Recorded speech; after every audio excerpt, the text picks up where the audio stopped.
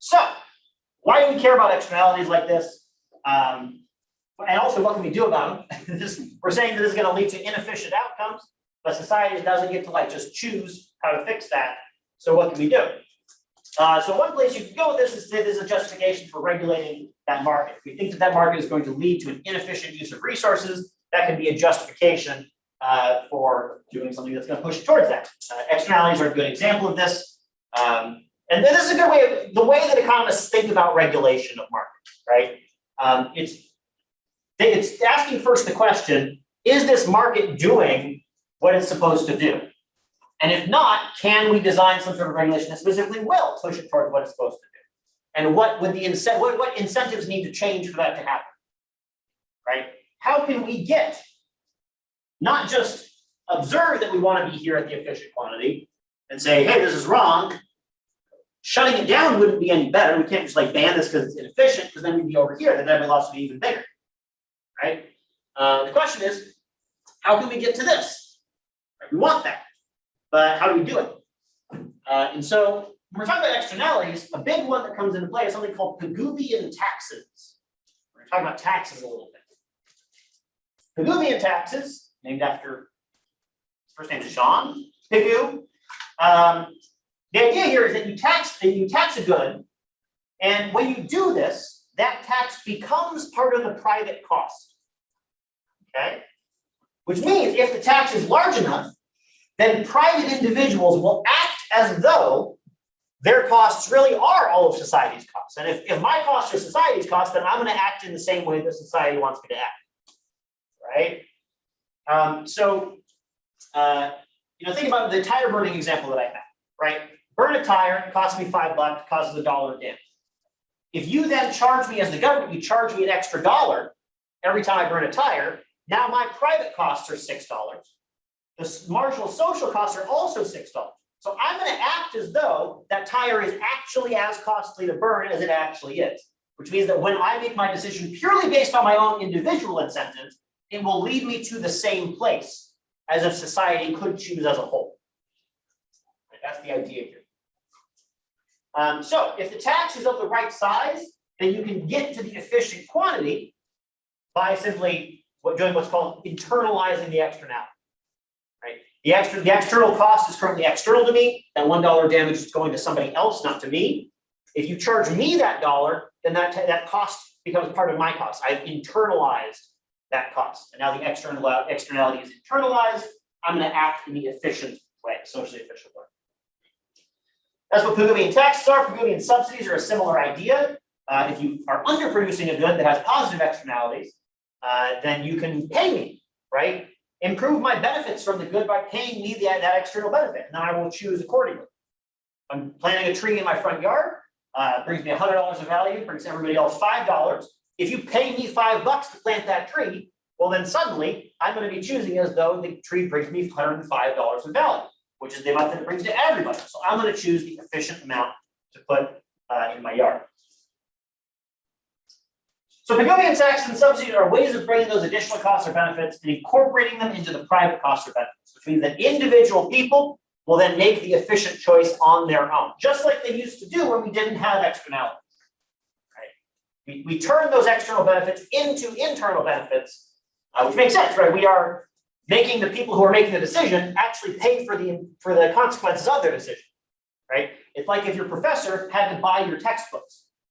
Right? Every class would have free textbooks, right? So we're taking a social good and making individual incentives include those external benefits. And since people follow their individual and their internal incentives, we're going to end up at the efficient quantity. So here's the idea, right? So we have our supply curve, we have our marginal social cost. And the marginal social cost is above that supply curve, which tells us that every time this unit is produced, it damages other people. Right? And this is the amount by which it damages people. Say this goes up to $8 and this is $9, and there's $1 of damage being done. How do I make your incentives reflect the social incentives? I just charge you the amount of the damage. That's it, right? I say, hey, you're going to cause $1 worth of damage. Well, guess what? I'm going to tax you $1 every time you do it, right? So I tax you by the exact amount that it takes to shift our supply curve up to meet that marginal social cost curve. Now my private benefits are the same as the external, as the social benefits, which is what we have when there's no externality, which means that we are going to choose the efficient quantity, just as we did in the old supply and demand curve when there was no externality. To get to our efficient outcome. So the goal here, we want to figure out the efficient quantity, figure out the market quantity, and then add taxes or subsidies that push us in the right direction. Similar idea, like I said, with Pigouvian subsidies. If we have a good that's being underproduced, we are not, then the consumers are not realizing all the benefits that good. So we can just pay you, right? Same idea as a tax, just sort of a negative tax. Instead of taxing you $1 for doing something, we're going to pay you $1 every time you do something. When we do this, it shifts the demand curve up and not left to right because we're just directly adding on to the marginal benefit. So if the marginal social benefit was up here, right? Maybe we're bringing $2 of value to everybody else every time we buy a unit of the good. We'll just pay you $2, and then suddenly your demand curve matches the marginal social benefit, and we will choose efficient. Will get us from that competitive market quantity up to the optimal quantity. See over here, we are overproducing. If I can tax you, move that supply curve up to the marginal social cost. When that happens, here's where supply and demand intersect, which is the optimal quantity. Over here, we are underproducing. Right? So I'm going to pay you, I'm going to give you a subsidy. I give you a subsidy until that demand curve shifts up to match this marginal social benefit curve. And here's where supply and demand intersect, which is the optimal quantity. Right? We can solve this inefficiency problem by just taxing or subsidizing the appropriate amount. And keep in mind, this doesn't actually force anybody to do anything except pay the tax, right? It's not like we say, hey, we think that the efficient quantity is 20, so we are going to force 20 units to be produced, which would be another way of getting to 20. But there would be some other problems with that, you sort of get back to the problem of, well, who gets to have the 20, right? Whereas if you charge, then you get to that market allocation anyway. So here's an example, airplane flights. Airplane flights are heavily subsidized, right? Heavily subsidized. Now, why might airplane flights be subsidized? So the availability of flights offers a positive externality, especially if you live in a rural area, right? Now, of course, there's also a negative externality of airplane flights, which is pollution. But when they were deciding the subsidy, that was not the thing on their mind. That was not the part that got, so that was they ended up with a subsidy. So the ability for people in flight to fly in and out of a place brings a lot of advantage to people who live in that place. Right? I grew up in a rural area. We had a tiny little airport, literally designed to be the worst airport in America. It was designed to make it difficult to fly, to take off and land, so that pilots could practice landing in difficult conditions during World War II. So it's the worst airport in America. But the fact that it existed not only meant that I could fly places, which is when I'm part of the market, but also meant that a lot of stuff could come to me, even if I was not buying a plane ticket, right? Because it could come in and out of the airport. I got a lot of advantage out of that airport, even when I was not flying. Right? So there's a lot of benefit that goes to people who are not actually buying or selling the tickets. But there's a lot of setup costs in running an airport, buying planes, all this sort of stuff. And also, a lot of these sort of rural areas don't have enough traffic to really justify a plane flying back and forth every day, right? So there's a subsidy, right, to offset this positive externality that they realize. How are these subsidies administered? In the United States, anyway, a way that a lot of subsidies are administered is in the form of tax breaks. As opposed to just sending you money, we will make you pay less in the form of tax. Keeping in mind that a subsidy is just a negative tax, right? Instead of taxing you some amount of dollars, but we'll tax you a negative amount of dollars and send you that amount. So for example, from 2007 to 2012, Southwest Airlines had a federal tax rate of negative 6.7%. The government sent them 6.7% of their income and taxed them nothing. There's also additional subsidies for flights to particular remote areas through something called essential air service. This was the one that I particularly benefited from, as I mentioned, right? They pay up to $1,000 a seat for flights to remote areas that probably could not economically support a flight going out there all the time. They pay about $200 million a year for these flights, and it keeps those rural airports open, which again provides those positive benefits to the people who live in those areas by giving them a lot more access to the rest of the world. Now, if you were to really calculate out what the optimal quantity is here, you'd want to incorporate the pollution that flights, do, which is not done here. But you want to then balance out the external benefits and the external costs to figure out, well, what's our optimal quantity actually, and pushing towards that.